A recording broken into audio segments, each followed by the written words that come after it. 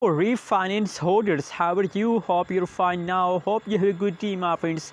In this video, I'm talking about the big mistake of holders doing at this time, and I also shared the urgent alert news of the Reef Finance in this video. So, my friends, this video is going to be very important for all of you, my friends. Guys, keep watching this video complete for better understanding, my friends.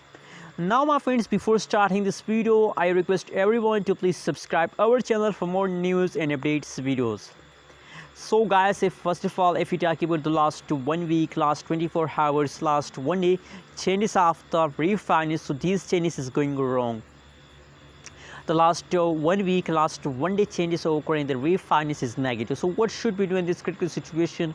You know what, my friends, a lot of people, a lot of holders of the refinance decide to sell due to this reason.